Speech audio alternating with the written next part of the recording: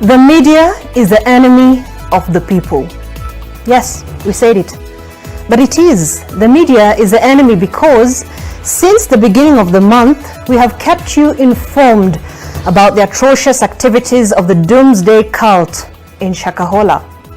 We are the enemy of the people because our teams went out into the forest of tragedy to unearth what is arguably the most barbaric religious radicalization the country has experienced, and which, tragically so, has resulted in the deaths of nearly 100 people and counting, majority of them being children.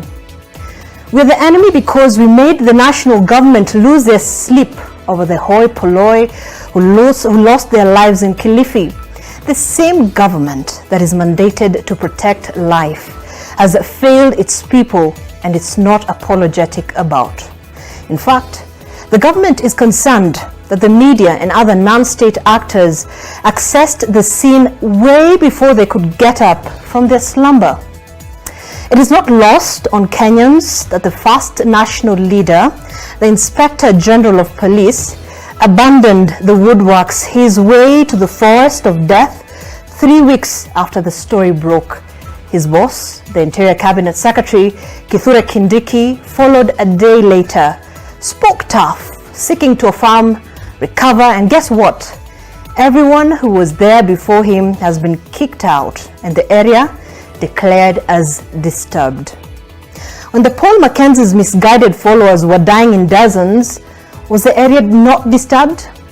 When our teams braved the traumatic scenes of exhuming 90 bodies from the shallow graves, was the area serene?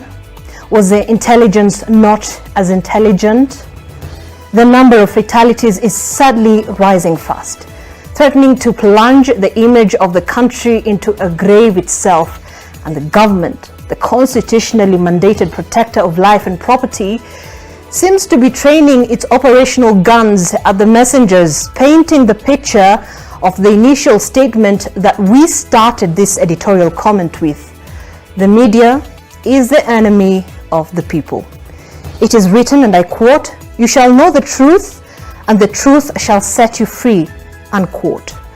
But is the government denying you, the great people of the Republic of Kenya, an opportunity to be free by knowing the truth? Well, many have unequivocally stated that the government has failed on this one, but no apology from the state. Instead, the powerful officials flexing the enormous power they wield to suppress the flow of information. We don't expose the realities in society because it's fun to do. We do it for public good, and we shall not stop because a few people's egos get injured by it. P.S. There is a greater injury to the public we serve. That is a grave reality. That time is now, and we're here and ready to serve. The true story of Shakahola must be told, and the public is depending on the media. And this is only fully effective when there is no undue barring of access. The government must be cognizant of the fact that at a time when there is a blot on its image, it must be alive to the optics of the handling of the operation. Is transparency too much to ask? That's what we're asking.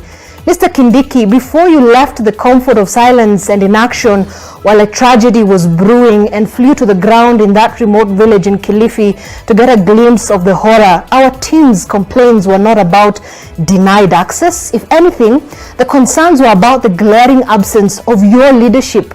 They had no unreasonable denial of access to tell the story.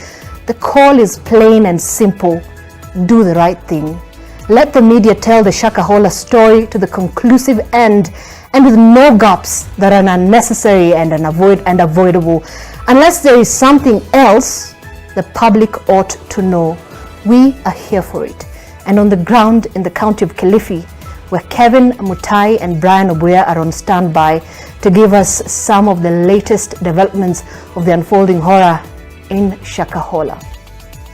Let's get this going with the news highlights.